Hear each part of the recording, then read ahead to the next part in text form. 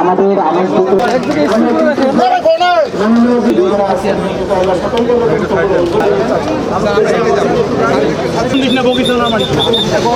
একদম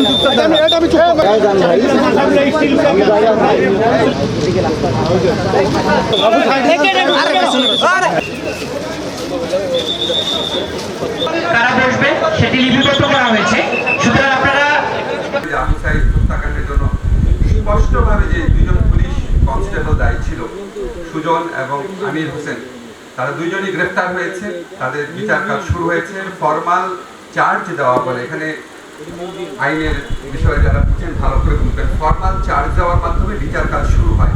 এই বিচার কাজটা শুরু হয়েছে এবং আমরা যখন বিচারের কথা বলি আপনারা দেখবেন, আপনাদের খুব যেখানেই যাই আমাকে বলে বিচার দেরি হচ্ছে কেন, বিচার আরো দ্রুত করতে হবে, বিচার দেখে দিতে চাই।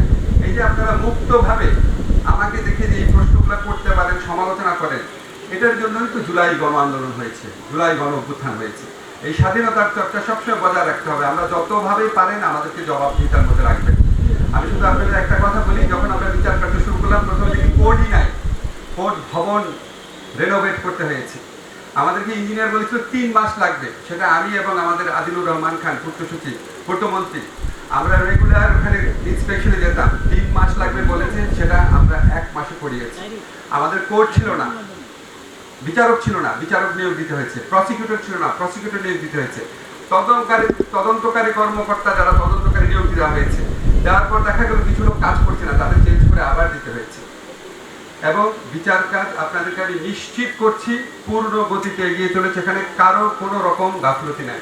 আমি নিশ্চিত, আমার দৃঢ় বিশ্বাস, আমাদের সরকারের শাসন আমলে আপনারা আবু সাঈদ হত্যাকাণ্ডের বিচার দেখে যাবেন।